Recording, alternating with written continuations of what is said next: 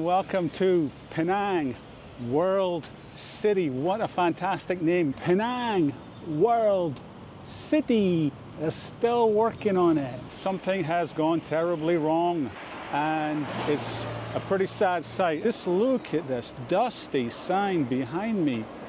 The grandiose endeavor that was Penang World City. It has not panned out. So we're going to walk around a little bit and try to get in here, have a look around. Yeah, so this is the rental center, but look at how faded it all is. Can you imagine back in its glory, these beautiful sales offices would just be getting in all kinds of clientele trying to get them to buy a condo. It's just amazing. This was probably made 12 years ago. It's just abandoned, and look at these futuristic concepts, and it's just completely abandoned. This thing was done 12 years ago, and it was supposed to be, I think, 24,000 residential units all built. They were supposed to have several very large condominiums, and they built a handful. They're not tied together in any integrated urban planning way. They're just kind of like plonked down urban vertical suburbs. And you need a car. You need a car here in the southern part of the island of Penang. People that bought these back in the day, they were, I guess, aspirational, but they're not rich people.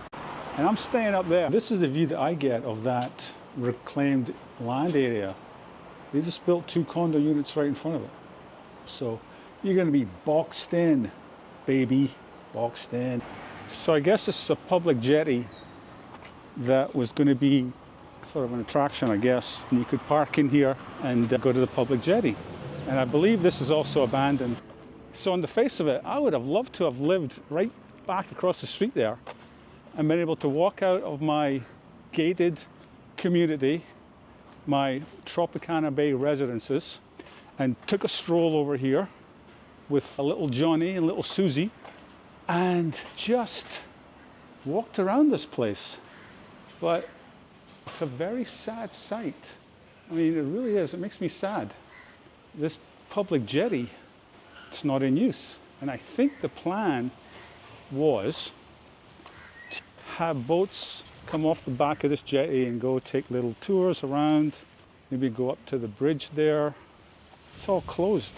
It's all closed now. You can't get in there.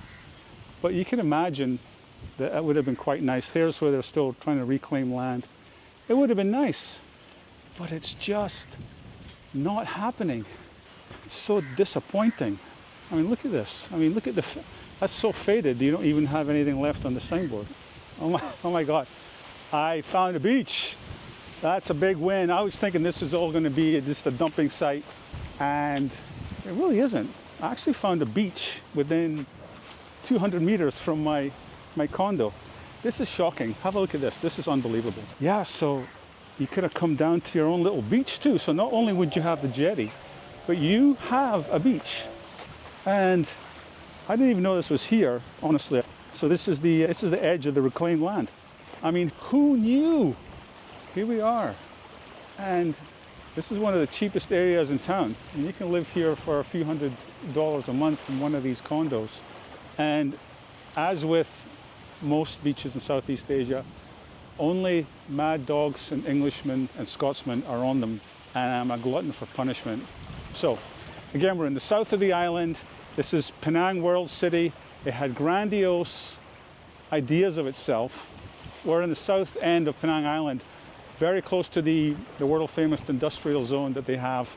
I'll be honest with you, I'm not sure I'm going to get in the water today, but bloody hell, you come down here with a little, a rattan mat and get in the shade over here. So, expats don't live here, locals live here, as I said, to go to work and go to school, go to college, go to medical school, and they have a beach. It's not maintained, clearly, or maybe it is, but not very well. So yeah, that's pretty awesome. So you can see all these condos now. These are decent quality. I mean, they are pretty good quality. They're not that old. They're about less than 12 years old. They have good layouts. They're kind of built for families, so they have plenty of 1, 2, 3 in bedroom units. I'm actually renting a 3-bedroom right now. Why did I come down here? Well, that's a very good question. Why does the foreigner tourist come to the part of Penang where there are no foreigner tourists? I'm probably one of the very, very few. I did it because I wanted to spend 2 months in Penang. I wanted to be cheap, part of my rotation, so I could spend more later on. My wife and I found this place at Tropicana Bay Residences that had been a long-term resident that had just moved out. So we stayed down here, not really knowing that the cool kids stay up in Ferengi, up in the north, or stay up in Gurney. So we're here in the dusty, neglected, underdeveloped part of Penang that 12 years ago was going to be the Penang World City. How amazing that it fell apart and it never came to fruition. Although I actually quite like this beach, and god damn, you've got privacy. That's enough of this part of town. Let's go see what else Penang World City has to offer. So the closest shopping mall from here is the Queens Bay Mall. Yeah, so on paper this was supposed to be a vibrant hub and really a city within a city. Now I will admit, I mean, on a nice day like this, it is nice.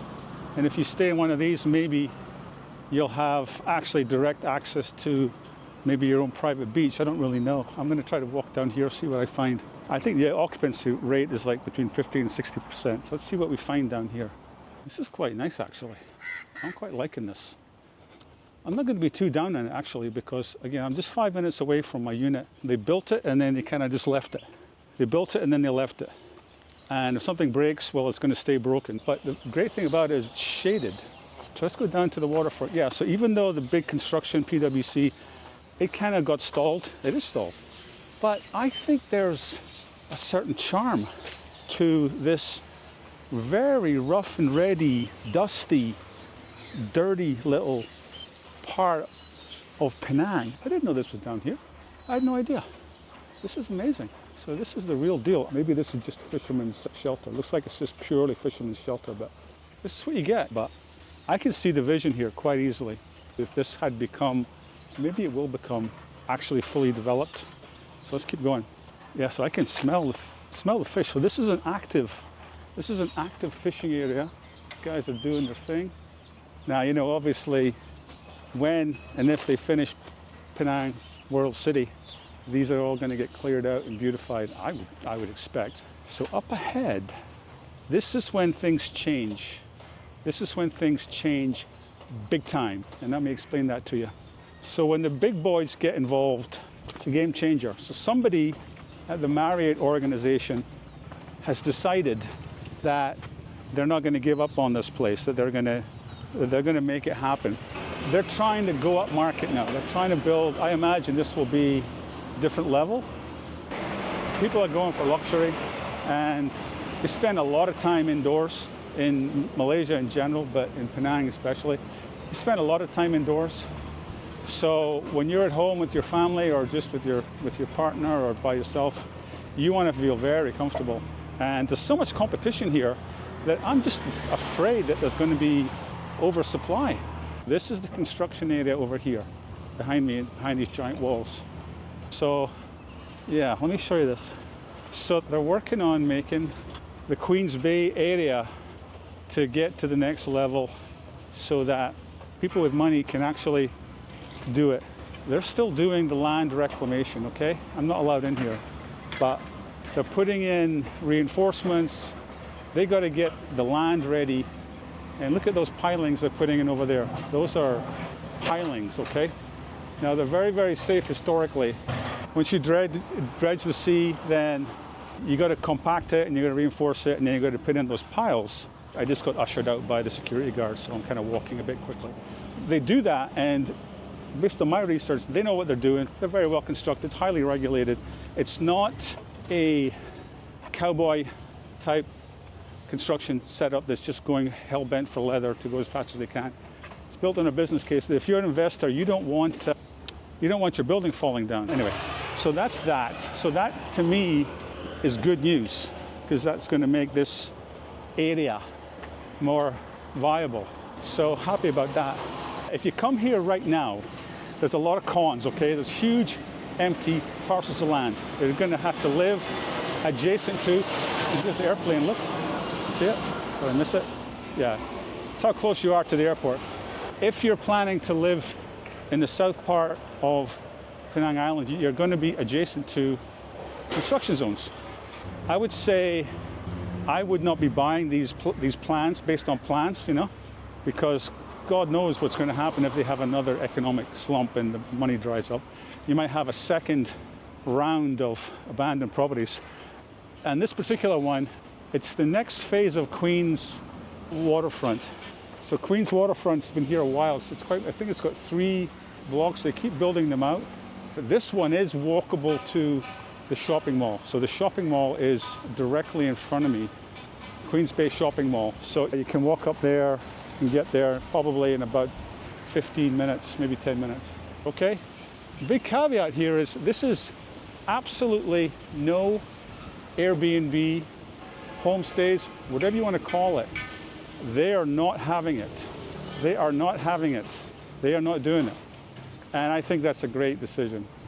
I think the occupancy rates and the business case should be based on long-term tenants that care about where they are and have the money to live there long-term.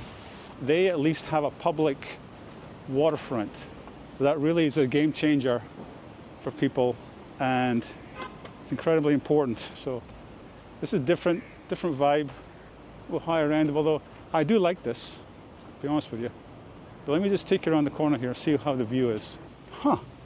Now these guys do have a dock for a ferry.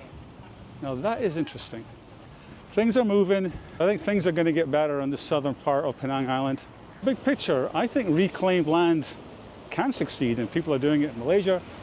People are doing it in Singapore. I think maybe Hong Kong also. So Marina Bay Sands, this ain't. I don't think it's ever going to be, no matter what concept drawings you see. However, it's not bad. It's not bad. Now, another example of piss poor planning is shopping malls right there. They, I don't know, 150 meters. I got to find out how to get in there where the pedestrian has once more become the lowest form of life. All right, so it looks like a crosswalk. It's not a crosswalk. It's a couple of painted lines. You just got to keep your head on a swivel. I'm going to walk around the edge of this traffic roundabout and wait for this bastard here. So that's the way it goes. The speed bumps are for people like me. It was nice enough. So the speed bumps are there to help people like me, give me a couple more seconds to get out of the way. And again, if you live in Queens Bay, you are going to be just over there. So yeah, Penang World City, they started it. They got some of the big buildings completed. They don't have all the other glitz and glamour or the connectivity or the attractions. That's why it's a bedroom community for couples and families and workers and the occasional old age pensioner. It is cost effective. The buildings are high quality. They're basic, they're not luxury. And they're kind of islands, and it's definitely a car culture. Would you live in Penang World City? Would you live down at that end? Let me know what you think. Am I getting this totally wrong, or is my interpretation of what I see different from yours? People are friendly though. I wave to some people. People are quiet and people are respectful, and I did like it. So if you enjoyed this walk and talk, hit the like button, hit the subscribe button, put your comments, and I love to read them, and we can learn from each other. Would I come back to Penang? I will. Next time I come back to Penang, I'm going to stay up in the posh area of Gurney, just because I want to try it. They got residences owned by Marriott and other big brands that I can stay in as part of my next nomadic travel strategy. I know there won't be any Airbnbs because they're trying to do away with them, and I don't like that anyway because it's under the cover. So once I get back to Penang in a few months, I'll give an update, and we'll also come back down here and see how far they go. So that's all for now. Hope you enjoyed this video, and I will see you on the next one. Bye-bye.